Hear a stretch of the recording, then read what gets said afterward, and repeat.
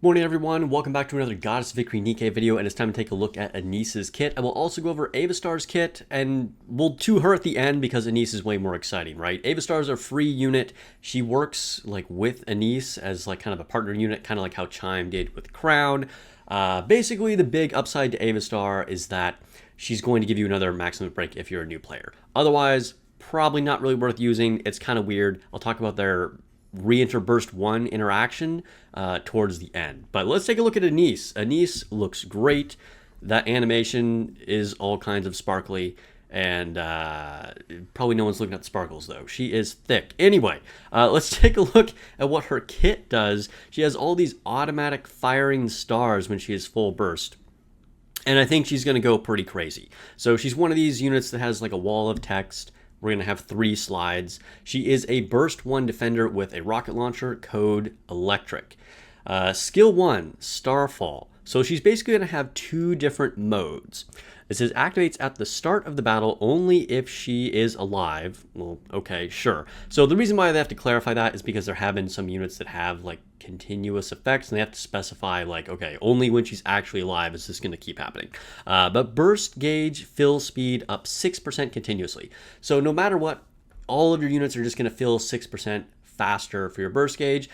Small bonus, but it's good. The other unit that we have that comes to mind that does this is Grave. She does it by 38%, I believe, which is way bigger.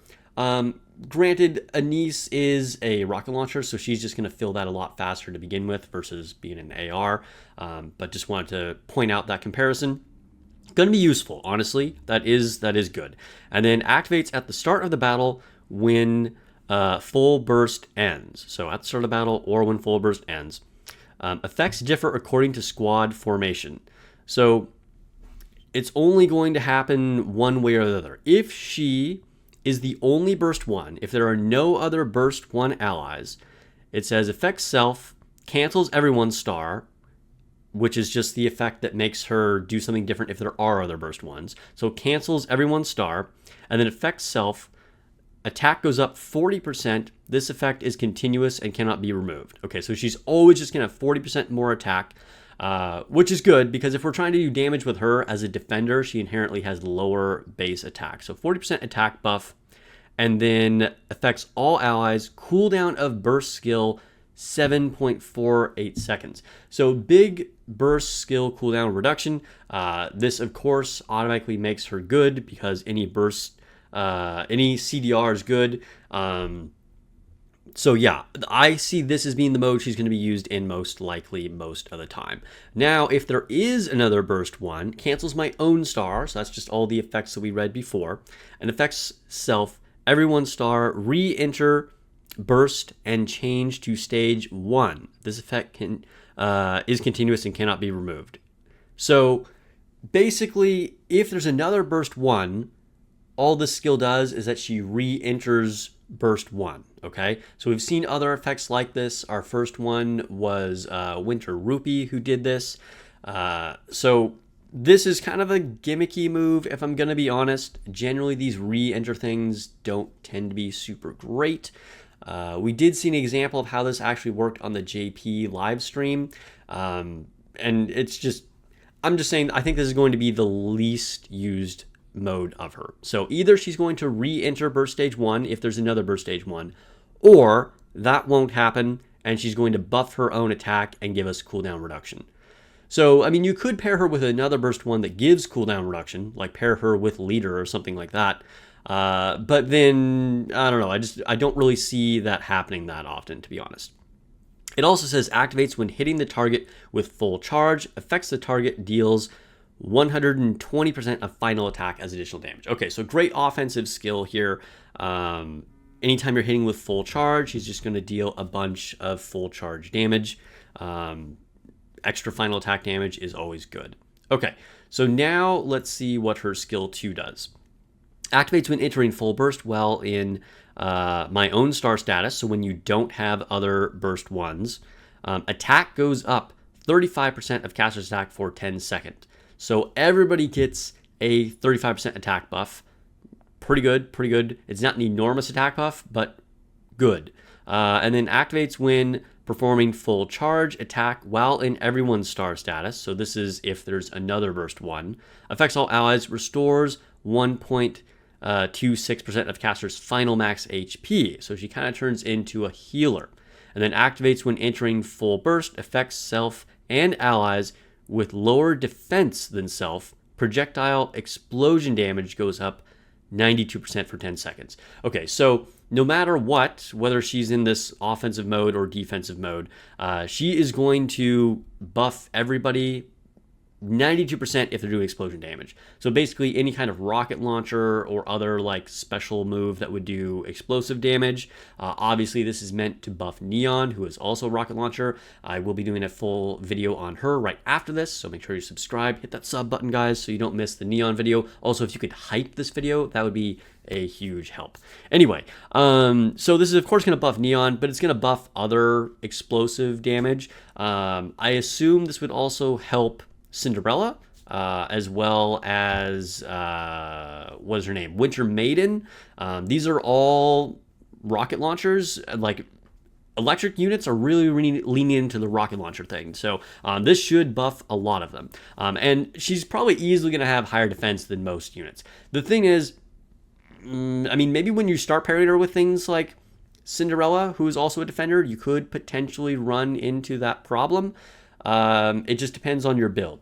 But for most other units, like Neon, who is an attacker, you should easily have more defense than anything else that you're pairing her with, right? And then if there's slight differences, you can always adjust that with overload lines. So there's that to tweak. We'll test this later on when she launches, of course. I'll do full testing for all the units. And then it says activates when entering full burst, affects all allies, attack damage up 30% for 10 seconds. That's huge. Attack damage is the best kind of buff you can get. So 34% attack damage is great. Okay, now let's see what her burst does. So she is a 20-second cooldown, always good to see. Affects self, shooting stars. Generates stars around Anise that attack random targets automatically. Damages 40% of final attack. Attack interval is every 0.25 seconds. Duration is 10 seconds. Additional effect, charge time is fixed to 0.7 seconds for 10 seconds, and explosion radius goes up 100% for 10 seconds, and defense up 55% for 10 seconds. So basically 10 seconds during your whole full burst time, you're going to get a big defense boost, a huge attack radius boost for all of your, explosive damage. And your charge time is going to go from the normal 1 second down to 0.7 seconds. That sounds small, but that's going to add up a lot more damage over time. At the same time, you're also just automatically attacking with these stars 4 times every second for final attack of 40%. This seems like this is going to be quite powerful. I think this is going to be very effective. And keep in mind, it's shooting random targets, but if you're just firing at one boss, that's the only target, right? So they're all going to hit that boss. Activates well in on my own status. So if you don't have any other burst ones, affects self attack damage up 35%. So she's buffing herself, being very offensive. And then if she's in everyone's star status, if there's another burst one, max HP goes up 5%, which will then affect, 5%? 15%, which will then make her healing better. So basically, if you pair her with another burst one, she'll have the re-enter burst one and be defensive and healing. And if you don't have another burst one, she will not re-enter burst one, just function like a normal burst one and be like a sub DPS as well as an attack buffer. I think Anise looks very strong. I think she looks very strong, and I think it's going to be very unlikely to use her with another burst one. Being able to get the burst cooldown and doing a bunch of extra damage is going to be very effective. Whereas if you're re-entering, like I said, then your opportunity cost, I think, is higher there. Again, we'll test, we'll see, but I just don't see it being as effective of a setup. But now let's talk about Avistar, okay? So Neon is going to get her own video, but let's talk about Avistar just because she is so directly linked to Anise. Again, she is our free unit. You will get all of the copies of Max Limit Break her just by going through the event. She is an MG. She's got big hair buns. She's pretty cute. They tend to do these like little sidekick characters that are very short for a lot of anniversaries, like Chime. We had Ray, the Penguin Girl, and now Avistar, right? Okay, so what does she actually do? We can actually fit this on only 2 slides this time. So she is a Burst 1 support with an MG code Electric. Skill 1, after show, effects when full burst ends. Let's see, affects her favorite pop star. So, I mean, again, no one knows what that actually means. What is her favorite pop star? But, 99.9% chance that just means Anise, right? So, affects Anise. This is what I predicted when we saw her the first time. I don't know what else that could possibly mean. Afterglow. Attack goes up. Sorry, after show. Attack goes up 80% of caster's attack. This effect is removed when entering full burst. Okay, so big attack buff for Anise. Activates when full burst ends. Affects self. Recovers 3.5% of caster's final max HP as HP every 1 second for 10 seconds. Okay, so she's just going to heal herself after the burst. And then skill 2 activates when entering full burst while in Stargazer status with over 25% HP. Affects self. Current HP goes down 20%. Activates when entering full burst while in Stargazer status. Affects her favorite pop star, again, aka Anise. Projectile explosion damage goes up 40% continuously, and attack damage goes up 40%. So big buffs to Anise. 40% attack damage and 40% explosion damage. That's a lot of damage, as the old meme goes. Now let's see what her burst does. So cooldown 20 seconds, affects all allies. Re-enter burst stage 1. That's interesting. Affects self, Stargazer, max HP goes up 26% of the caster's max HP continuously. So it gives her that HP buff, and Stargazer is what this was referring to here in skill 2 as well. Okay, so basically a buffer for Anise. The really interesting thing here is re-enter burst stage 1, okay? So no matter what, she is a re-enter burst stage 1. So you need to make sure you have her to the left of whatever other burst 1s you have, right? Now, she's meant to work with Anise. I don't know why you'd be using her if you didn't have Anise, because most of her kit doesn't work. So you're going to have her to the left of Anise. Avistar is going to go off. Then Anise will go off because Avistar tells you to re-enter burst stage 1, right? So Anise does her burst skill, but oh wait, there's another burst 1 on the team, which will make Anise also re-enter burst stage 1. So just by reading the text, this sounds like this should be an infinite loop, but of course they're both going to be on cooldown, which won't work, right? Because they're not going to be able to activate, which means, are we never going to go to burst stage 2? No.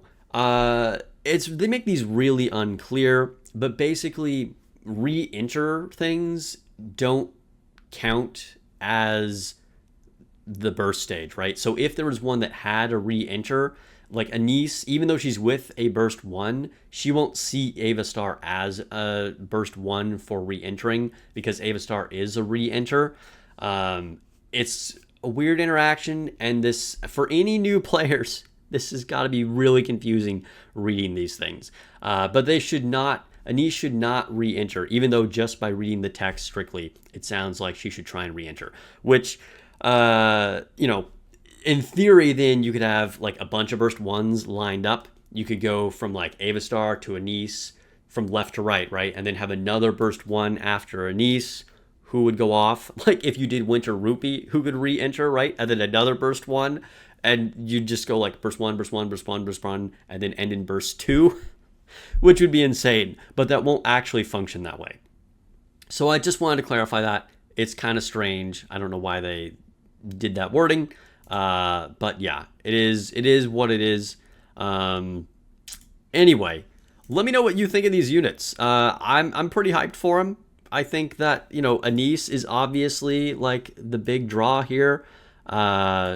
She looks very, very powerful, and I think her best mode is to be on her own without another burst 1. And I expect her to be a top tier burst 1, potentially top 3, right? So we're probably using Siren and Anise, and then maybe Maran or Rappy, depending on what the situation is, right? But generally, you want Rappy to be at burst 3. And then if you're doing solo raid, then your 5th one is probably going to be leader. So anyway, subscribe, hit that hype button. I will be making a Neon video immediately after this, and I will be, of course, making videos after maintenance is over, and I can pull for all the units and test them. All right, catch you guys in the next video or stream. Peace.